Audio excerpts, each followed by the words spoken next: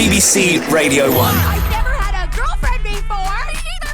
What do we do? What do we say to each other? What's happening to our voices? What's getting on? Okay, talk me through it. What's actually happening when you're both doing the squee noise together? Like, are you, please tell me you were in the same room? No, I wish we could. We were not. It's all a lie.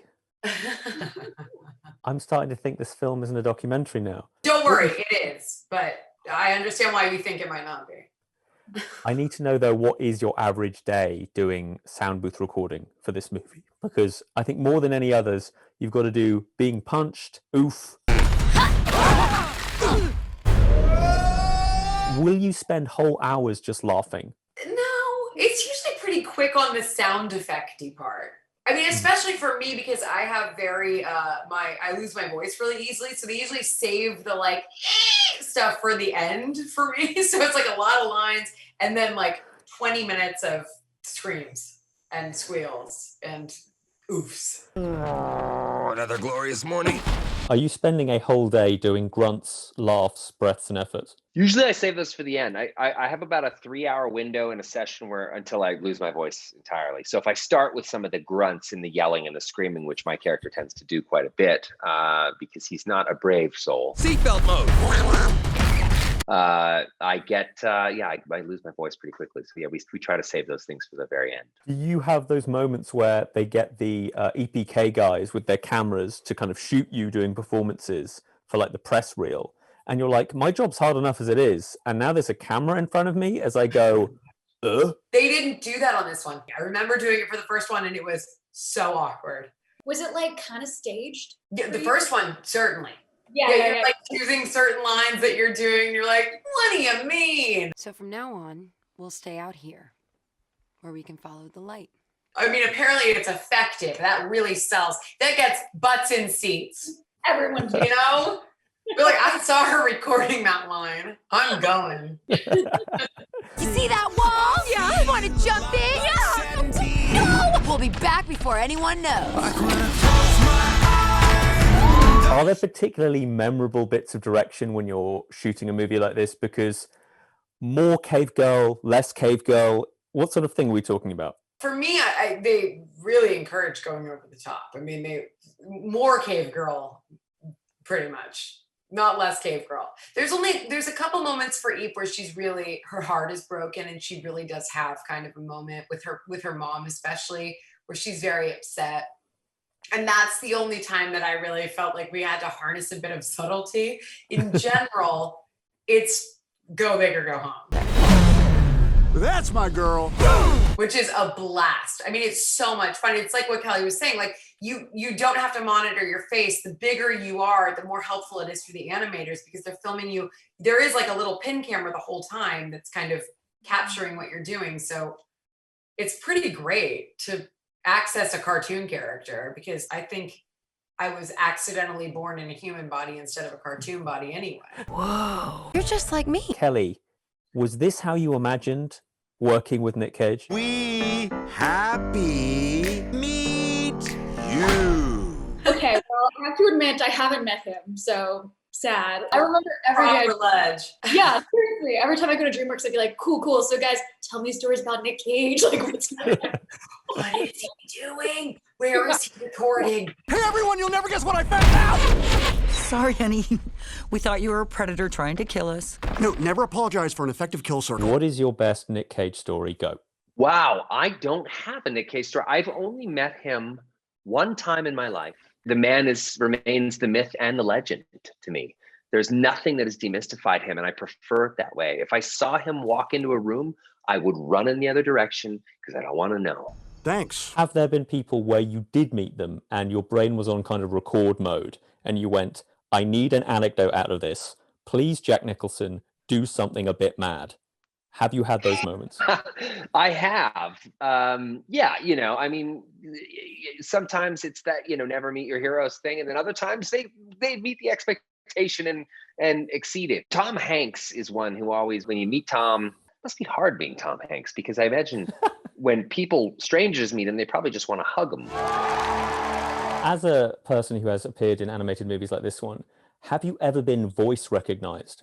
Where you might be a little bit incognito, you've got the typical cap on, you're at Whole Foods, wherever you are, and a kid will go, "It's Guy."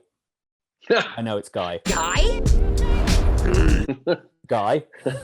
Dropping my own kids off at school is where that kind of happens, because sometimes you'll stay. I've done story time for the other kids in the class where I'll read a book, and when I read, I tend to read in that same animated kind of voice that Guy would have in Croods, and a lot of kids will pick up on it. I don't know that they always know exactly where from, but there's a familiarity there that I find useful. You just don't want the younger kids recognizing you for Deadpool. Woo! Dopenda. Pool. Dead. It's an immediate meter to gauge the parenting. If they're like, "Hey, you're Deadpool," I'm just like, "Hey, you have troubling parents." Yeah.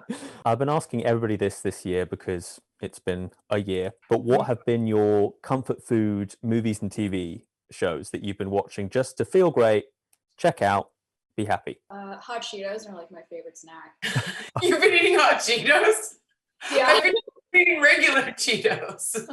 Nice. We're like, I just got the cheese balls, the old fashioned like Planters cheese balls.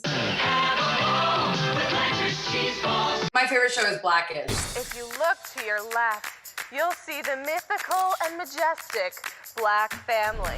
I mean, I guess it's not really like a comfort food show, but it's just what I watch before bed every night. So I've watched it through multiple times, all the seasons. It's very comforting to me. I also love 30 Rock. That always like 30 Rock is so makes me laugh before bed.